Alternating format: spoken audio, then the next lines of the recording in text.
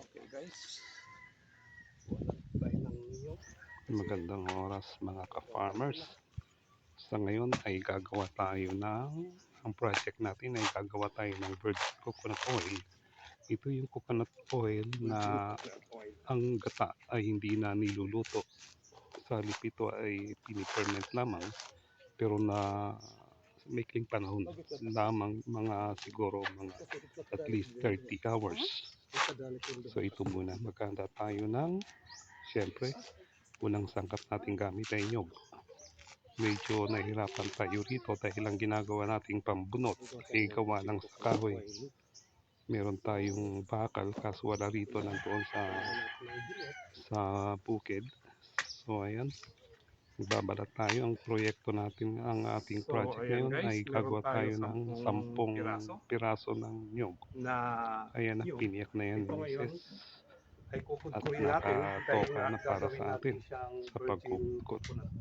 Ang gamit nating kudkuran tayo mga rito pangkayong. Ito ay ka-farmers improvise ay lang natin, DIY itong kudkuran na ito. Yari ito dito sa ito yung makina pinagpalitan nung luma naming na makina dryer nung sa aming washing machine. dryer sa washing Napalitan machine. ng technician. Pinalitan to tapos nung matanggal, Pero sinubukan ko, umiikot nung din naman pala. mapalitan ko na, So ginawan ko ng sinubok paraan ko, para pwede rin naman mapakinabangan. pala. Ito ngayon, naisipang gumawa ng kudkuran ng nyog. So ayan, At ang kinapit talim ko. nito Then, ay nag-order in-order ako nito natin sa sa Shopee. Yan siya. yung kanyang ngipin. Marami na tayo nitong mabibili Nasa 300 online lang kahit naman ano ang yata ito. Ang kuha ko, aisin 280. natin. Kaya lang So, dapat ito na, alam guys. mo kung ano ang Hataw na tamang tayo. measurement ng kanyang ihe. Itong okay, nabili hataw na natin tayo. ay 1 Una, centimeter. i-fix muna natin Yes, 10 mm.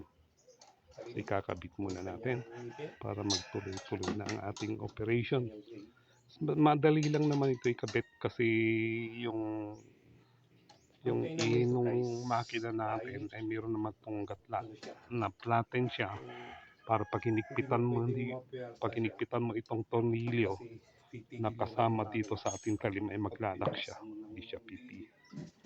So ito na tayo, ang DIY nating kudkuran ay ginawa ng switch at lalim para pag nais mo magpahinga, i-rest mo ang makina, hindi mo na kailangan tumayo para bunutin doon sa pinagsaksakan.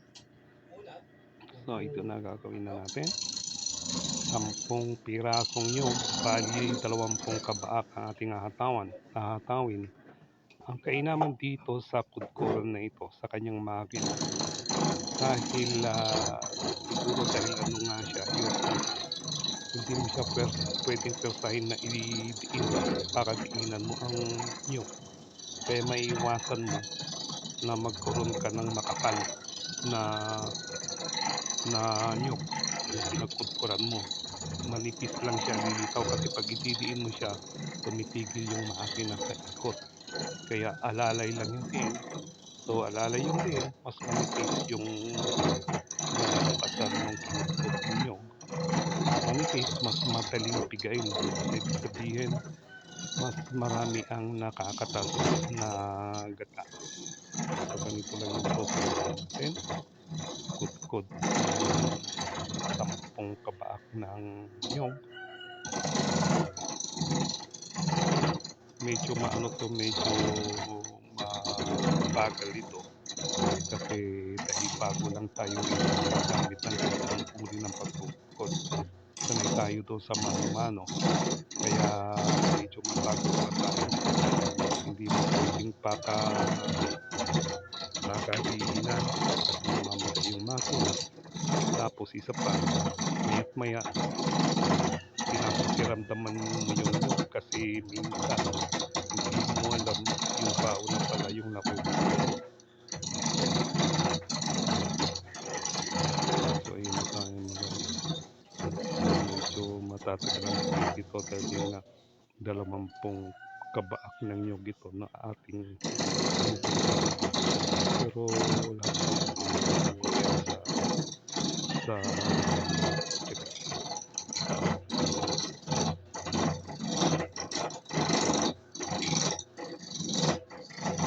habang natin na matapos ang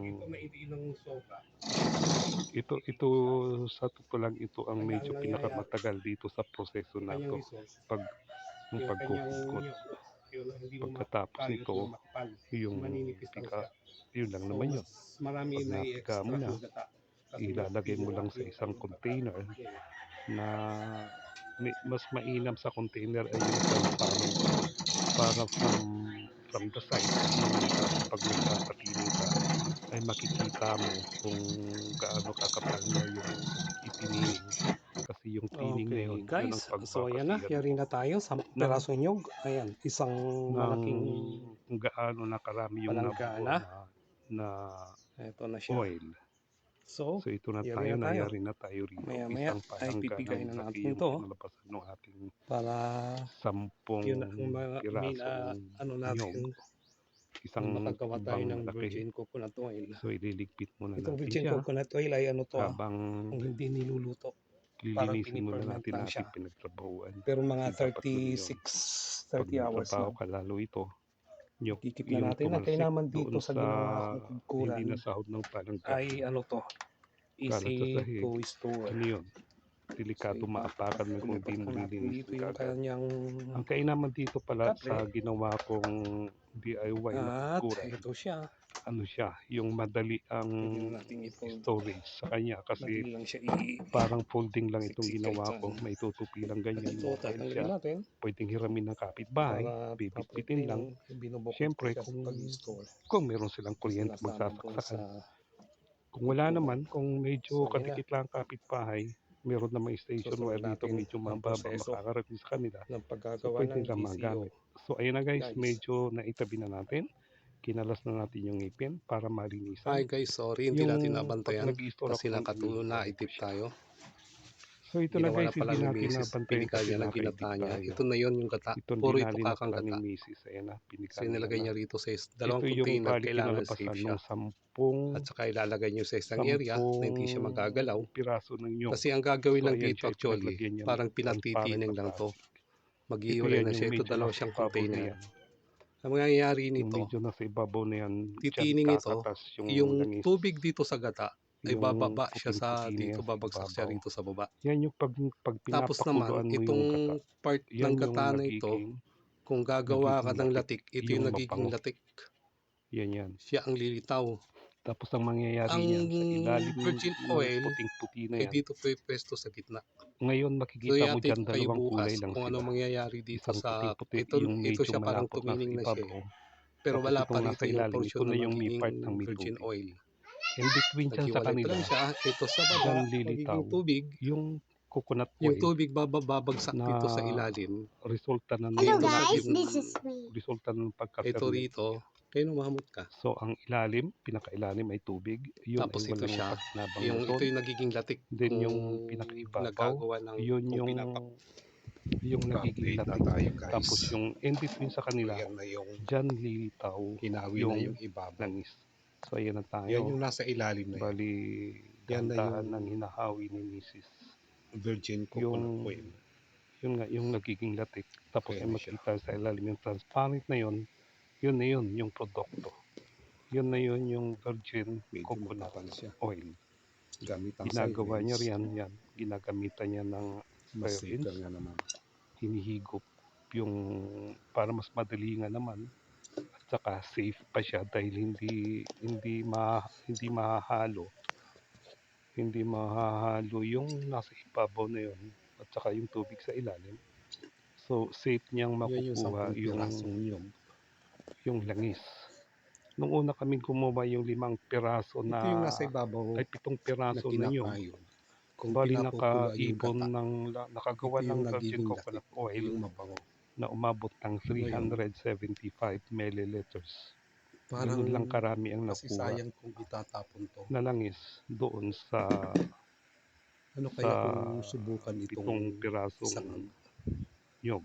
kung ano Ngayon titingnan namin niya. kung gaano karami ang Kasi makukuha pag dito sa nagdalatik ito yung masarap 10 pirasong yung nyog. nasa ibabaw. Siguro mga nasa at least man lang So ito sana guys, ito umabot na ngayon yung ng mga kanyang 500 milliliters o kalahating litro. yung titining Pero hindi natin sure kasi medyo manipis. Ayun na siya. mabango. Ayan. titining pa yan. Yung So, kulay hindi ng na ano yan, kailangan yan yung iluto yung gata. fresh na Ayan na extract siya mismo. mula dito sa ating na-ferment na gata. Pero after mga few days,